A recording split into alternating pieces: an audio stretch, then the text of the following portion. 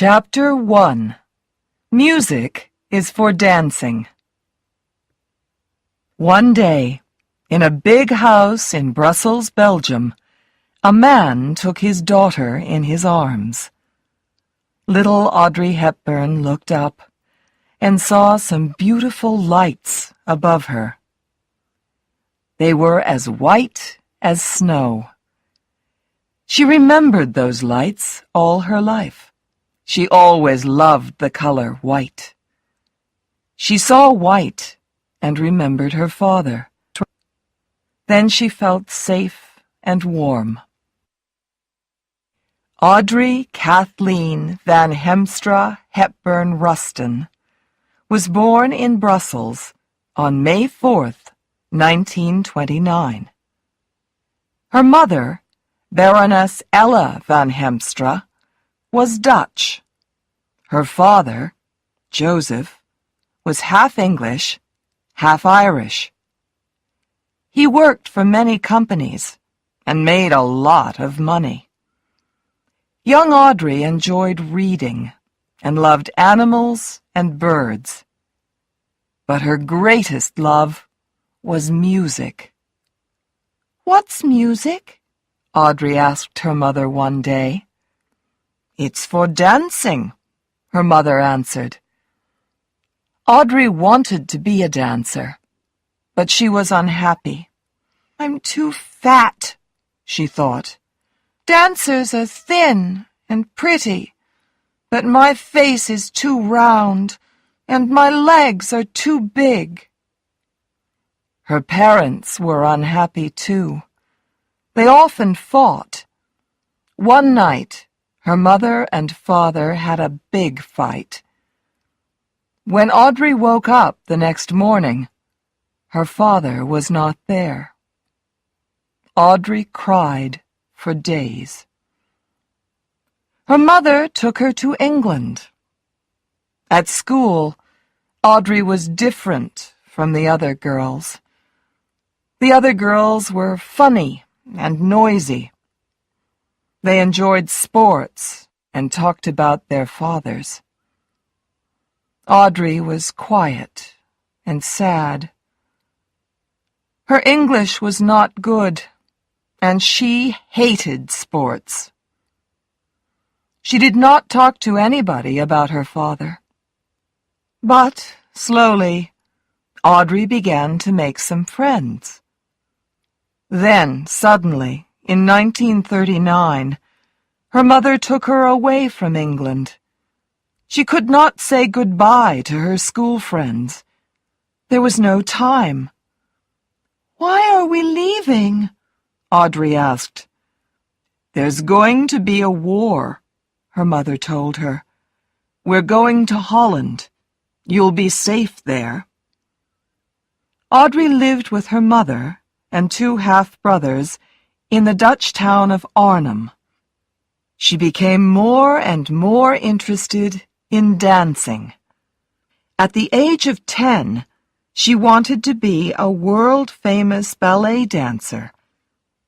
But one morning, Audrey's mother came into her bedroom. "Wake up," she told her daughter. "It's war." In the early days of the war, Audrey did not leave school or stop dancing. Then, one day, the Germans sent everybody out of the town. Outside, in the country, there was very little food. Audrey and her family had to dig vegetables in the winter from the hard ground. When the war finished, Audrey was very thin and weak. People from the United Nations came to Arnhem and gave the children milk, sugar, and chocolate. Audrey never forgot them. Chapter 2. A Little Sun in Her Eyes. Audrey and her mother moved to Amsterdam after the war. Her mother became a cook. She was not rich, but she paid for Audrey's dancing lessons. Audrey had the best dancing teacher in Holland. Then, when she was 17, she had a small part in a travel movie. The director loved her happy face. He said, "A little sun is shining in her eyes." In 1948, Audrey and her mother moved to London. Her mother worked in a flower store. Friends gave them some money, and Audrey went to the Ballet Rambert. This was the most important ballet school in London. Audrey worked hard at her dancing. She had no time for boyfriends, but one day the ballet school told her, "I'm sorry, but you'll never be a famous dancer. You're too tall." Audrey was sad. But then something happened. It changed her life. Somebody remembered her from the ballet school and gave her a small part in a big London musical. 3,000 girls tried to get the part, but the producers wanted Audrey. She quickly found jobs in other musicals. Everybody liked this thin girl with the pretty face and wide smile. "I was not a great dancer," Audrey remembered later. "I threw up my arms and smiled, that's all." When Audrey was 20, her photo was in many magazines. She had small parts in 3 cheap movies, and she was a cigarette girl in the famous movie The Lavender Hill Mob, 1951. One evening, she went to a party and met a rich Englishman. James Hansen fell in love with Audrey. He wanted to marry her and take her to his home in the north of England. Audrey loved him, too. He was strong and rich, and she felt safe with him. But there was one big problem. She wanted to be in movies, and the theater, too. "I don't want to get married now," she told him. "Let's wait." In 1951, Audrey had a small part in the movie Monte Carlo Baby, so she went to the south of France. The famous French writer Colette was in the south of France, too. She wanted to find a girl for the Broadway musical of her book, Gigi. When she saw Audrey, with her thin arms and legs, long dark hair, and big pretty eyes, she said, "She is Gigi, half woman, half boy. Wonderful!" Audrey was excited, but nervous.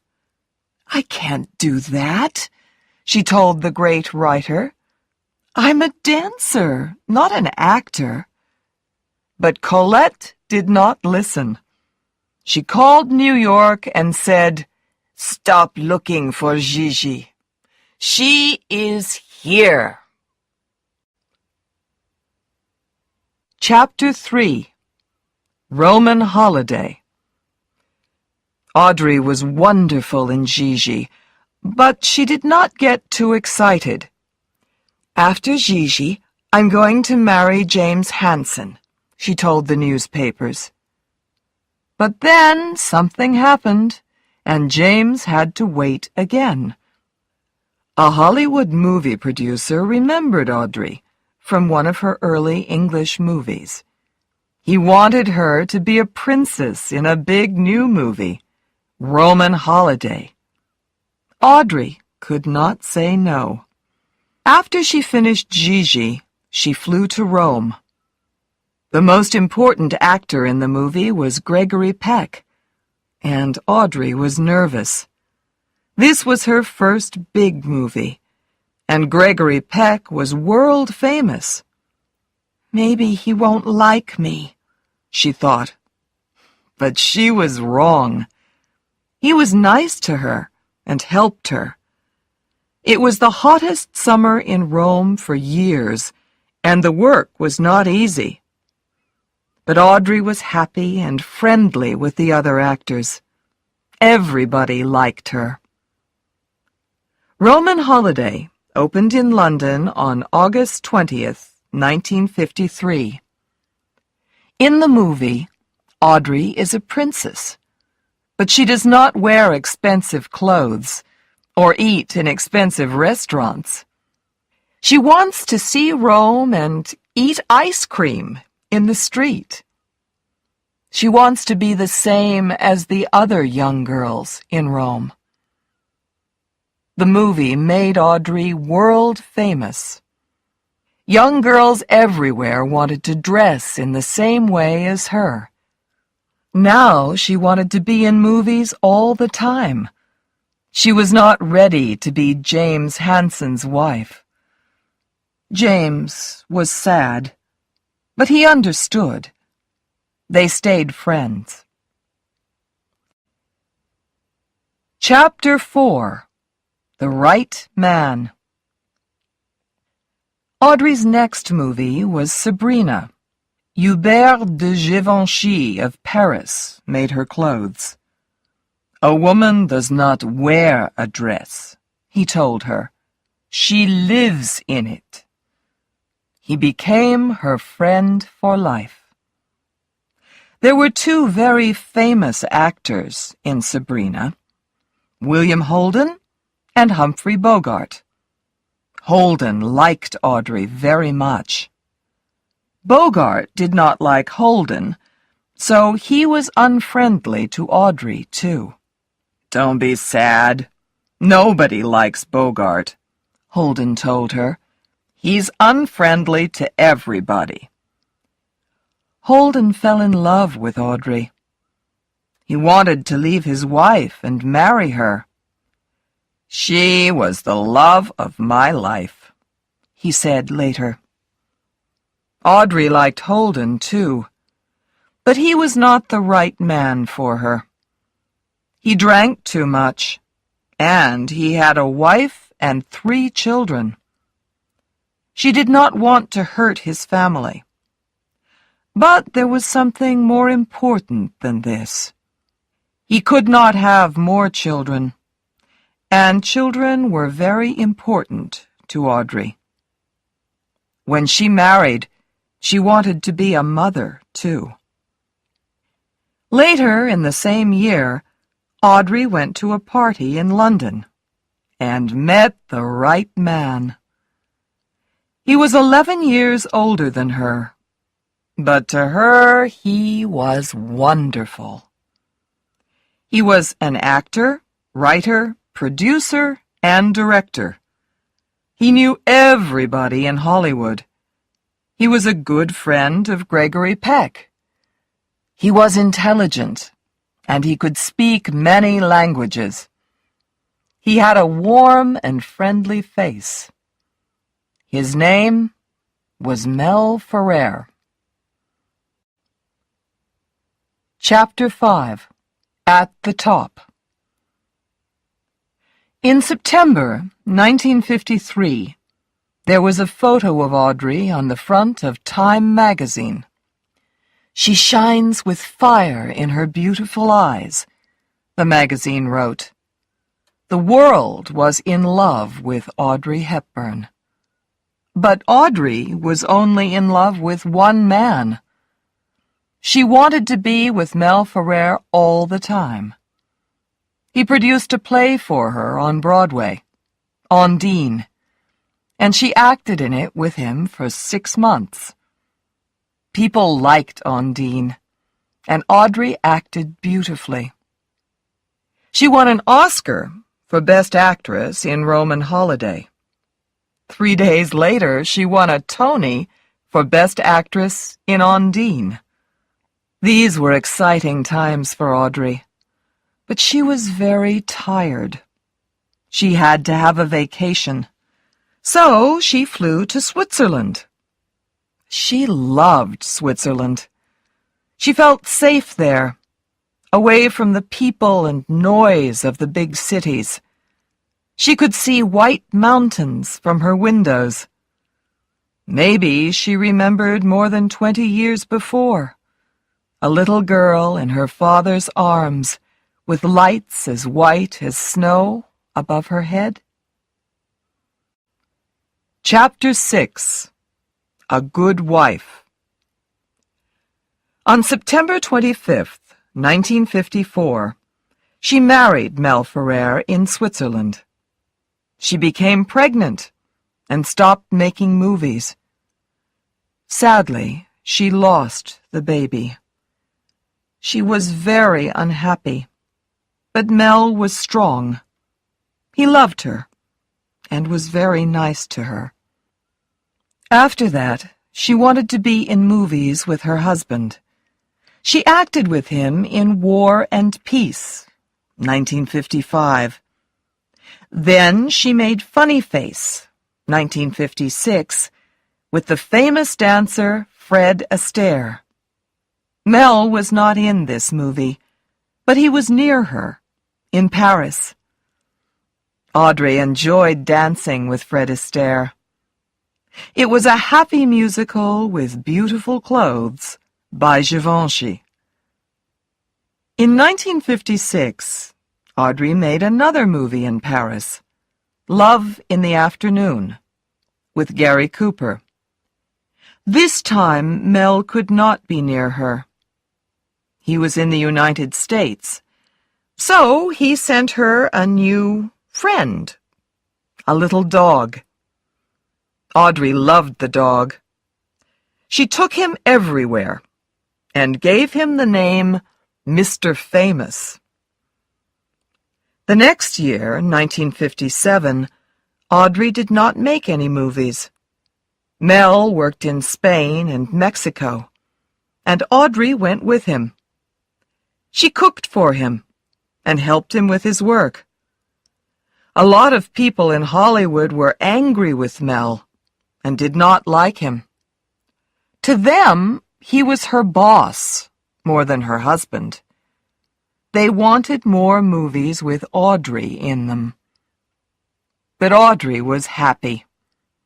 It was, maybe, the happiest time of her married life. She had no telephone. She was away from everybody and near Mel. This was important to her. Because next year, she thought, I'm going to work in Africa without him.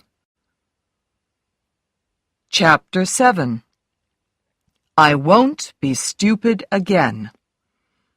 Audrey went to Africa in January 1958 with her dog and began work on The Nun's Story. It was very different from her other movies. There was no love story, no music. There were no funny conversations, and no Givenchy clothes. In the movie, Audrey was a nun, Sister Luke, and she had to wear nun's clothes. The camera could only see her mouth and eyes, but she was more than a pretty face. She was a great actress, too, and people loved her. But great actresses sometimes make mistakes. When Audrey came back to the United States, she was a bird girl in Green Mansions. It was her worst movie.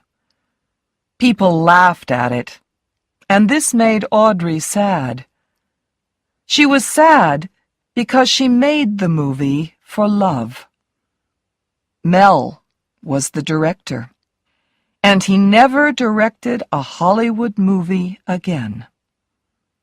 This was a bad time for Audrey. After Green Mansions, she became pregnant again. Mel wanted her to stay at home, but she went to Mexico. In the middle of the movie The Unforgiven, she had an accident. She fell off a horse and lost her baby for the second time. Mel was nice to her, and Audrey felt very bad. "I'm sorry," she said to him.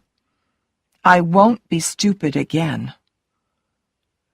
Some time later, Alfred Hitchcock, the famous director, wanted Audrey to be in his next movie, a big, expensive Hollywood movie. He sent her the story, and she read it. "What do you think?" Hitchcock asked. "Will you do it?" "I'm sorry," Audrey told him. "I don't like the story. It's not for me." Hitchcock was very angry with her. He made a different, cheap, black-and-white movie with no world-famous actors. "This will be a bad movie," he thought angrily. "It will lose money, and I'll never speak to Audrey Hepburn again." He was wrong about his new movie. Its name was Psycho. But he was right about the second thing. He never spoke to Audrey again. Audrey did not think about Hitchcock very much. She was happy because she was pregnant again. "I won't be stupid this time," she thought. Hollywood wanted her to be in a new musical, West Side Story, but she stayed quietly in Switzerland. She did not want to lose a third baby. In January 1960, Audrey had a baby boy, Sean. After Sean was born, Audrey stayed at home with him. She was happy in Switzerland, with her baby son and her little dog. In the day, she went for long walks in the snow. In the evening, she sat by the fire and read. Then one evening, she read a story by Truman Capote. Its name was Breakfast at Tiffany's. Chapter 8. Breakfast at Tiffany's. Audrey wanted to do the movie, but she was nervous about the story. She usually played nice girls, princesses, dancers, nuns, but the girl in Breakfast at Tiffany's is not nice. She leaves her husband and goes to New York. She is friendly with bad people. Audrey was also nervous because Truman Capote did not really want her in the movie. He wanted Marilyn Monroe.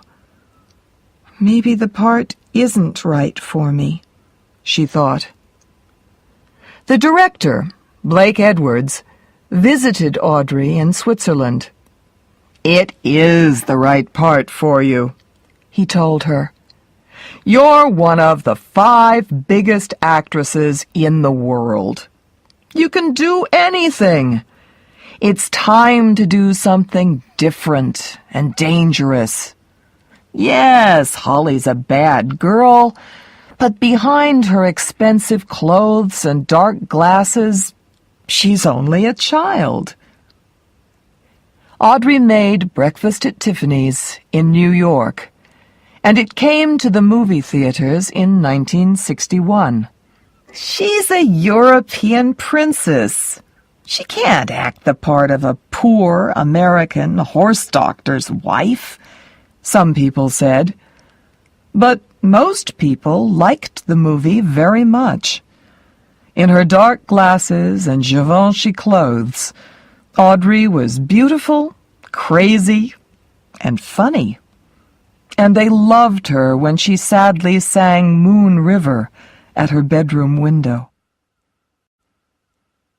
Chapter 9. Sad Times. Audrey began to have problems after Breakfast at Tiffany's. Mel was not happy. "Audrey's becoming more and more famous," he thought. "Maybe she doesn't love me." Audrey had other problems, too. She was a school teacher in The Loudest Whisper with Shirley MacLaine, but the movie was not successful. It was boring, people thought. One day her dog, Mr. Famous, ran into the road. A car hit him, and he died. Then, in 1962, she made a very bad movie. Paris When It Sizzles. William Holden was also in the movie. He fell in love with Audrey and Sabrina, and he was in love with her 10 years later. He could not forget her, and he drank. In the evenings, Audrey often went to dinner with her old friend Givenchy. She told him about Mr. Famous and her problems with William Holden. "But there's something worse than that," she said sadly. "Things are not good with Mel and me." After Paris When It Sizzles, Audrey became happier. She made Charade with Cary Grant, and this was a better movie. It was beautiful and intelligent, funny and exciting. Maybe, she thought, the bad times are at an end. One day, in the winter of 1962, Audrey was at home in Switzerland with her 2-year-old son. Suddenly, she heard the telephone. Audrey answered it. "Are you sitting down?" somebody said from Hollywood. "You are going to be Eliza Doolittle in My Fair Lady." Chapter 10. My Fair Lady. My Fair Lady opened on Broadway in 1956. Rex Harrison was Higgins, and Julie Andrews was Eliza Doolittle. It became the most successful theater musical of all time. Everybody wanted to see the same actors in the movie, but Jack Warner, the producer, had other ideas. He was happy with Rex Harrison, but he wanted a more famous actress for Eliza. He wanted Audrey Hepburn. In the beginning, Rex Harrison was very unfriendly to Audrey because Julie Andrews was not in the movie. He was also unhappy about money. "Why are you paying Audrey $1 million?" he asked the producers angrily. "My part is more important, but you're only paying me $250,000. Audrey found an answer to this problem. She bought Rex a red bike, and they became good friends. But she could not buy red bikes for everybody. The newspapers also wanted to see Julie Andrews in the movie. Audrey felt sorry for Julie. "But what can I do?" she thought. "The producers want me, and I really want to be Eliza. I can't say no." Work began in August 1963, and it was not an easy time for Audrey. She had to have singing lessons because she could not sing as well as Julie Andrews. One day, the director said, "I'm sorry, Audrey. We'll have to use a different singer."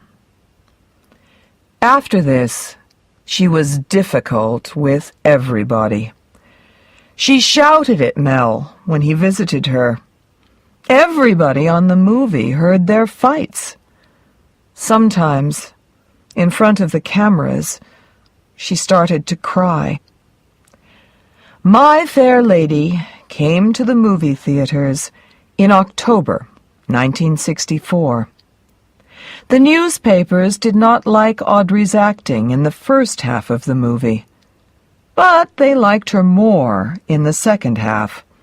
She was beautiful in her white hats and dresses, and when Professor Higgins hurt her, she acted wonderfully. You could really feel it when she was angry. My Fair Lady won 8 Oscars, but Audrey did not win one. Hollywood felt sorry for Julie Andrews and gave her the Oscar for her part in the Disney musical Mary Poppins. Chapter 11. A Family Home. Audrey left Hollywood as quickly as possible. She wanted to be near Mel, so she moved to Spain with him for 8 months. She wanted to be happy again and to stop fighting. She remembered when she was a child.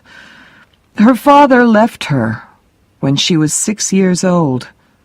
Now her son, Sean, was the same age, and she did not want him to lose his father. She then bought a house in a small town in the French part of Switzerland. She had white English flowers in the yard, and Sean played with the other children. For a short time, in 1965, Audrey and Mel were happy again. Audrey made a successful movie with Peter O'Toole, How to Steal a Million. After that movie, young women everywhere wore the same big white sunglasses and short white skirts. In 1966, she made Two for the Road. This was a movie about the problems of married life. Audrey was very good in this movie, but it was more successful in Europe than in the United States. The most important actor in the movie was Albert Finney. He was younger than Audrey, and she liked him very much. She went drinking and dancing with him in the evening, and had a wonderful time. In 1967, things started to go wrong again. She made Wait Until Dark, and people liked it. But Audrey was not happy. She was away from her son, and Mel was friendly with other women. She became pregnant again, but lost the child. This was the end for her and Mel. I was very sad when Mel left, she said later. I was more famous than him, and he felt bad. But I really tried to be a good wife. My family was always more important to me than my movies. Chapter 12. Married Again. In 1969, Audrey married an Italian doctor, Andrea Dotti. He was 10 years younger than her, and he knew her movies. Audrey lived a quiet life in Switzerland and Rome. She had a baby boy, Luca, in 1970, and became interested in her husband's work. She was most interested in children with problems. I don't want to make more movies, she told newspapers. I'm happy as a good wife and mother. She only made one movie in 11 years, Robin and Marion, 1975, with Sean Connery. She made it quickly in Spain when her children were on summer vacation. It was good, but not very successful. Younger people were not interested in a love story between two older people. Then Audrey heard about her husband's girlfriends, and she was very angry. Other women said, "It's not a problem. He loves you. All husbands have girlfriends." But Audrey did not listen to them. "When you love somebody, you have to love them all your life," she said to friends. She left Doti in 1979. Chapter 13. A Beautiful New Angel. Audrey only made 2 or 3 more movies, and they were not very good. She made them for the money. When she became older, she wanted to do something more important with her life. She remembered her early years at the end of the war, when she was poor and hungry. Now she wanted to help poor and hungry children too. She started to work for the United Nations. With her new friend, Robert Wolders, she visited the poorest and most dangerous countries in the world. The world-famous actress in Givenchy clothes now worked with hungry children in Africa. She stayed in small towns with no water and visited sick children in dirty old hospitals. When she was at home, she talked on television about her work. She had a small part in one more movie. She was an angel in Steven Spielberg's Always. Audrey's last words in the movie are, "Do things for others." In 1992, she traveled to Africa for the last time. When she came back, she was very sick. She got better for a short time, and her old friends Elizabeth Taylor and Gregory Peck visited her. But then she became very sick again, and the doctors could not help her. She left hospital and went back to her house in Switzerland. She wanted to see the snow on the mountains again before she died. There were white flowers everywhere inside the house. Her friend Givenchy sent them from Paris. Audrey had one last quiet Christmas with her family. Before they carried her upstairs to bed, she looked at everybody. "This was the best Christmas of my life," she said. On January 20th, 1993, Audrey Hepburn died. She was 64. Mel Ferrer and Andrea Dotti came to the church near her house and said goodbye. Elizabeth Taylor said, "God has a beautiful new angel now." The ground outside the church was white with snow and flowers.